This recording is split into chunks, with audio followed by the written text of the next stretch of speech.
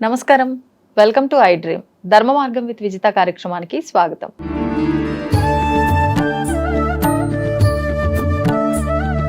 ప్రస్తుతం మనతో పాటు ఉన్నారు శ్రీ కామాఖ్య అమృత శోధన సంస్థ వ్యవస్థాపకురాలు వేణుశ్యామ అమ్మ. ఇప్పుడు అమ్మతో మాట్లాడి మరిన్ని విషయాలు తెలుసుకుందాం. నమస్తే అమ్మా. మనకి శ్రావణ మాసం ప్రారంభమైపోయింది. ముఖ్యంగా ఈ మాసంలో అమ్మవారి ఆరాధన విశేషంగా చేస్తూ ఉంటాము. మరి అమ్మవారి అనుగ్రహం మన పైన ఉండాలి అన్నా, ప్రతి ఒక్కరము ఏం చేసినా కూడా ఏదో ఒకటి మనసులో సంకల్పం చెప్పుకుంటూ ఉంటాము. మాకు పలానా ఇబ్బంది ఉంది, కోరిక ఉంది, అది తొందరగా నెరవేరాలి అని చెప్పి. కానీ చాలా తక్కువ మందికే నెరవేరుతూ ఉంటాయి. కొంతమంది నిజంగా నిరాశపడుతూ ఉంటారు. అలాంటి ఇబ్బంది లేకుండా అమ్మవారి అనుగ్రహం పరిపూర్ణంగా ఉండాలి, మనం అనుకున్నది జరగాలంటే ఏం చేయొచ్చు అంటారు? అమ్మవారి అనుగ్రహం పరిపూర్ణంగా ఉండాలి అంటే మనం చేయగలిగింది ఏమీ లేదు. మన మనస్సును ఆవిడ పైన లగ్నం చేయాలి. ఎందుకు అంటే మీరు చూడండి, చాలామంది పూజలు చేసుకుంటారు. అంటే శ్రావణ శుక్రవారం అవ్వచ్చు, మంగళవారం అవ్వచ్చు, నోములు అని చెప్పి అందరినీ పిలుస్తాం. పిలిచి అందరికీ బొట్టు పెట్టి చక్కగా వాయనాలు ఇస్తాం. ఆ వాయనాలు ఇచ్చినప్పుడు కూడా చూడండి, ఇస్తున్నమ్మా వాయనం అంటే తీసుకున్నాను వాయనం అంటారు. ఎవరికి ఇస్తున్నాను అంటే నేను గౌరీదేవికి ఇస్తున్నానని ఇచ్చే ఆవిడ చెప్తుంది. అవును, నేనే పార్వతీదేవిని తీసుకుంటున్నానని ఆవిడ చెప్తుంది.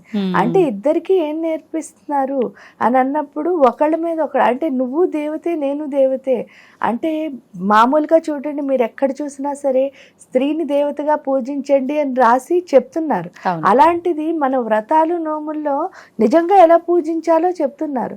ఆ పూజించాలంటే ఇప్పుడు సపోజ్ చూడండి, మిమ్మల్ని నేను పూజ చేయాలనుకున్నాను, అప్పుడు నా మనసులోకి ఏవి ఇంకో ఆలోచన రాకూడదంటే అంతకు ముందు మన ఇద్దరి మధ్య జరిగిన సంఘటనలు ఏవి మనం గుర్తుపెట్టుకోకూడదు. అంటే అంత ప్రేమగా పూజ అన్నది చెయ్యాలి, అనుభవిస్తూ. అది చెయ్యాలి అంటే ఏం లేదు, మనసులో మనకున్న ఎమోషన్స్ ఏవి ఇక్కడ ఈ పూజలోకి రాకూడదు. అది వచ్చినప్పుడే ఏమవుతుంది అని అంటే దేవుడికి మనం ఏదో చేస్తున్నాం అని అనుకుంటూ ఉంటాం, కానీ నిజం చెప్తే అసలు ఏమీ చెయ్యం. దానికి తోడు ఇంకా ఇంకొంచెం మంది అడ్వాన్స్. ఆ అడ్వాన్స్ ఏంటి అంటే వచ్చిన వాళ్ళందరికీ మాట్లాడడంలోనూ వాళ్ళకి ఎక్స్ప్లెయిన్ చేయడంలోనూ వీటిల్లో ఉన్న సరదా నిజంగా వచ్చిన పని. అంటే పూజకు వచ్చిన వాళ్ళైనా అదే దేవుడి కోసం వచ్చారు, పూజ చేస్తున్న వాళ్ళైనా అదే దేవుడి కోసం చేస్తున్నారు. అప్పుడు మిమ్మల్ని నేను పొగుడుతూ లేకపోతే నా గొప్పలు మీకు చెప్తూ ఇవన్నీ అసలు అవసరం లేదు. ఎందుకంటే మీరు వచ్చింది పూజకే కదా. ఆ దేవత అనుగ్రహం వచ్చిన వాళ్ళకి కలగాలి, చేసుకుంటున్న వాడికి కలగాలి, అంతే, ఇద్దరికీ కలగాలి కదా. అంటే మిమ్మల్ని నేను ఎందుకు పిలిచాను అంటే మీకు అనుగ్రహం కలగాలి.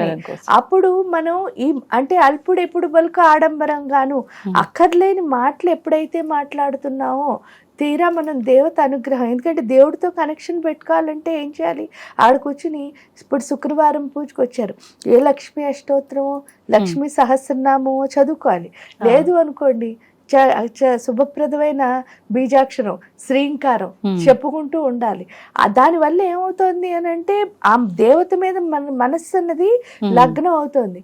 అసలు మాట్లాడకుండా పూజ చేయండి అని చెప్పడానికి కూడా రీజన్ ఏంటి అంటే, ఎప్పుడైతే ఈ పెదాల కదలిక అన్నది ఆగడం మొదలు పెట్టిందో స్లోగా మన ఇన్నర్గా మనం వెళ్ళడం మొదలు పెడతాం. ఎందుకంటే మీతో మాట్లాడుతున్నంతసేపు నా బుర్ర ఏం పని చేయదు. అంటే నేను మాట్లాడుతున్న దానికి మిమ్మల్ని ఎలా అంటే చాలా జనరల్ నార్మల్ హ్యూమన్ గా ఆలోచిస్తే ఏంటి అంటే మన ప్రతి అడుగు కూడా ఒకే ఒక దానికి ఉంటుంది. దాని పేరు ఏంటి అంటే ఇంప్రెస్ చేయడం.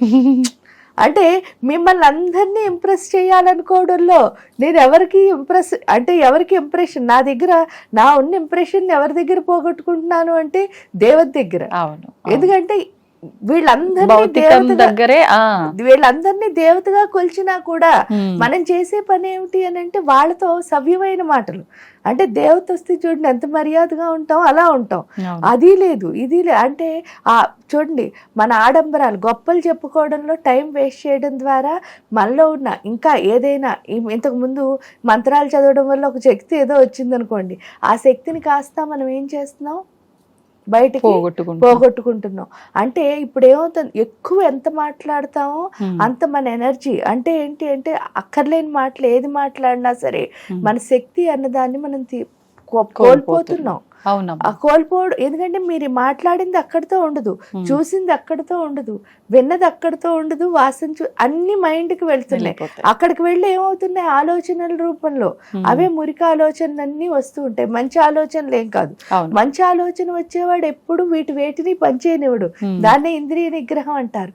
ఆ ఇంద్రియ నిగ్రహం రావాలన్నా కూడా ఫస్ట్ పెదాల కదలిక అన్నది. అంటే ఏంటంటే అక్కర్లేని మాట్లాడు. అందులో అట్లీస్ట్ పూజ దగ్గరికి వచ్చినప్పుడైనా సరే, ఎందుకు అంటే ఆ పూజ ఫలితం మనకి రావాలి అంటే ఖచ్చితంగా మనం ఎవరితోనూ మాట్లాడకుండా మౌనంగా ఉండడం నేర్చుకోవాలి. ఎప్పుడైతే మౌనంగా ఉండి మన మనస్సులో ఏదో ఒక జపాన్ని చేయడం మొదలు పెట్టాం, లేదా పైకైనా ఇప్పుడు లక్ష్మీ అష్టోత్తరం అందరం కలిసి చదువుతున్నాం, మణిద్వీప వర్ణన అందరం కలిసి చదువుతున్నాం. చూడండి, మీరు ఎంతో కష్టంలో ఉండి ఆ ప్రదేశానికి వెళ్ళినా సరే ఆ మధ్యలో కూర్చునేసరికి ఏమవుతుంది అంటే గుండె అన్నది చాలా ప్రశాంతంగా మారిపోతుంది. ఎందుకంటే అందులోంచి వచ్చే ఆ తరంగాలు ఏవైతే ఉన్నాయో, శబ్ద తరంగాలు, మన లోపల పరిస్థితిని మార్చే లక్షణం ఉన్నది. ఆ మంత్రం ఎంత చేస్తే, ఎందుకు ప్రతి మంత్రంలోనూ కూడా దేవత యొక్క శక్తి ఉంటుంది. ఆ దేవత శక్తి ఉండడం. ఇప్పుడు సపోజ్ లలితా సహస్రమే తీసుకున్నాం, అందులో ఏమవుతుంది, ఫస్ట్ 60 శ్లోకాల్లో అమ్మవారి యొక్క ఫిజికల్ బాడీని వర్ణించారు. మనం ఏమనుకుంటాం, ఆవిడ అంత అందంగా ఉందని చెప్తున్నారు, కానీ అక్కడ చెప్తున్నది ఏంటి అంటే అక్కడ అలా ఉందంటే ఆ క్వాలిటీ ఎవరి లోపలికి రావాలి, చదువుతున్న వాళ్ళ లోపలికి రావాలి.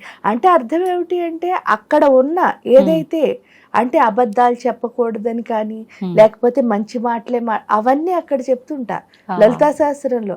అంటే ఆవిడ అలా ఉంది కాబట్టి అంత అందంగా ఉంది, మనం కూడా అంతే బాగుంటే అంత అందంగా ఉంటుంది. దానికి ఏం లేదు.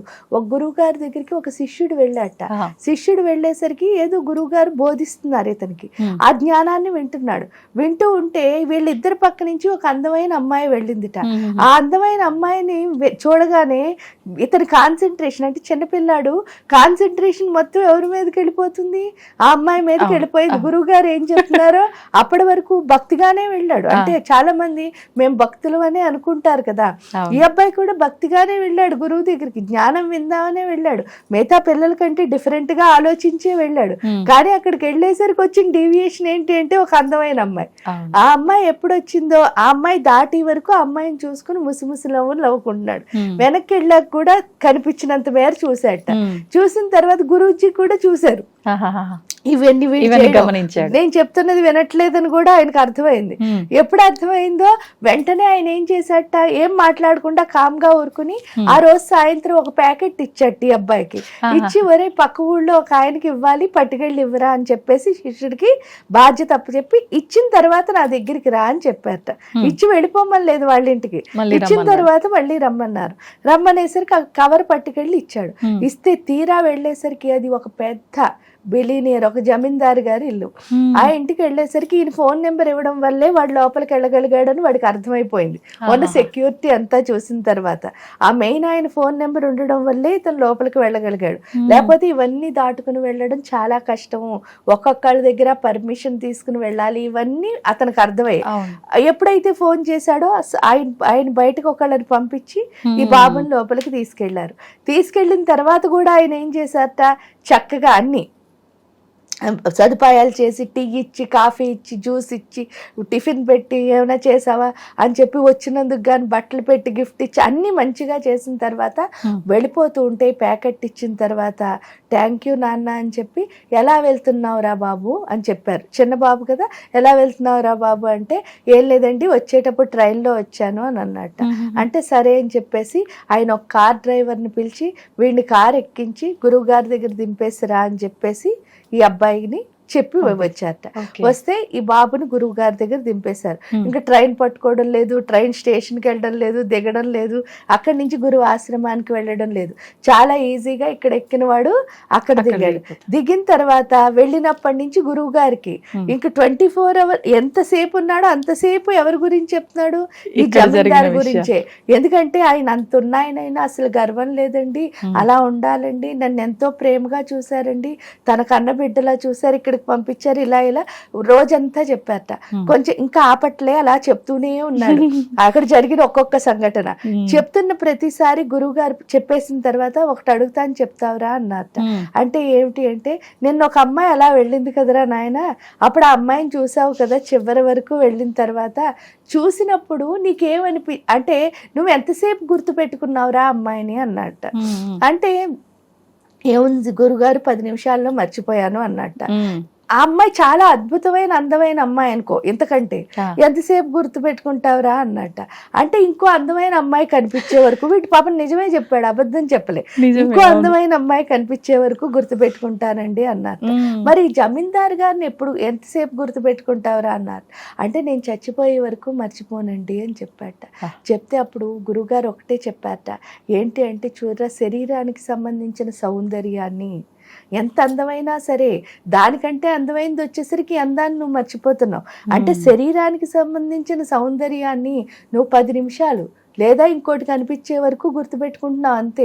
కానీ ఆత్మ సౌందర్యం అన్నది ఉన్నది చూసావే, అది ఏంటి అంటే నీ జీవితం అంతా నువ్వేం చేస్తావుట, గుర్తుపెట్టుకుంటావు. అంటే ఆ ఆత్మ సౌందర్యం అన్నది ఎక్కడి నుంచి వస్తుంది అంటే మంత్ర జపంలోనే.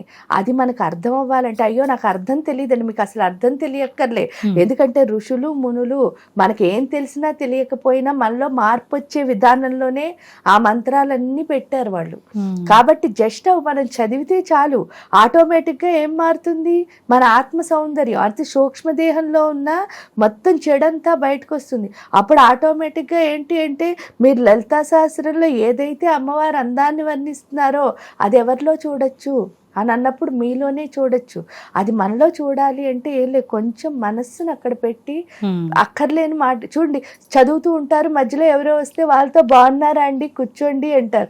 అది కాదు, మీదంతా హాయిగా ఒక ఫ్లోలో వెళుతోంది, దాన్ని మనసుతో పెట్టి చదివిన తర్వాత ఏం పర్వాలే, పూజ అయ్యే వరకు వాళ్ళు ఉంటారు, హ్యాపీగా మాట్లాడండి. వచ్చిన వెంటనే కాలంటే మీరు మాట్లాడక్కర్లే, చేత్తో నమస్కారం పెట్టి కూర్చోండి అని చెప్పి మీ పని మీరు కూడా చెయ్యొచ్చు. అది ఎంత బాగా చేసుకుంటారో అంత బాగా మార్పు వస్తుందమ్మా. అది పూజకి మనకు కావాల్సింది ఏంటి అంటే మన మనస్సు. అంతే, మనం మనస్సు కనుక ఖచ్చితంగా పెట్టి చేయగలిగితే ఆటోమేటిక్ గా అమ్మ అనుగ్రహం ఉంటుంది, 100% ఉంటుంది. ధన్యవాదాలమ్మా. And for more videos, please subscribe to iDream. Please subscribe to iDream. Please subscribe iDream. And please subscribe to iDream. For more videos, subscribe to iDream. please like, share and subscribe to the channel. Congratulations, iDream. Subscribe to iDream. Subscribe to iDream. So subscribe to iDream Media. iDream team andarki huge congratulations. Please subscribe iDream Media. Please subscribe to iDream. Subscribe iDream. Please subscribe to iDream. iDream అంటే నా కళల ఛానల్ను subscribe చేసుకున్న నోరు తిరుగుతలేదు, మీరైతే గంట గుర్తు కొట్టండి. For more such videos, please subscribe to iDream. Subscribe to iDream. Please subscribe to iDream. Please subscribe iDream Media. Please do subscribe to iDream. Please subscribe to iDream Media. For best entertainment and information, please subscribe iDream. And don't forget to subscribe to iDream.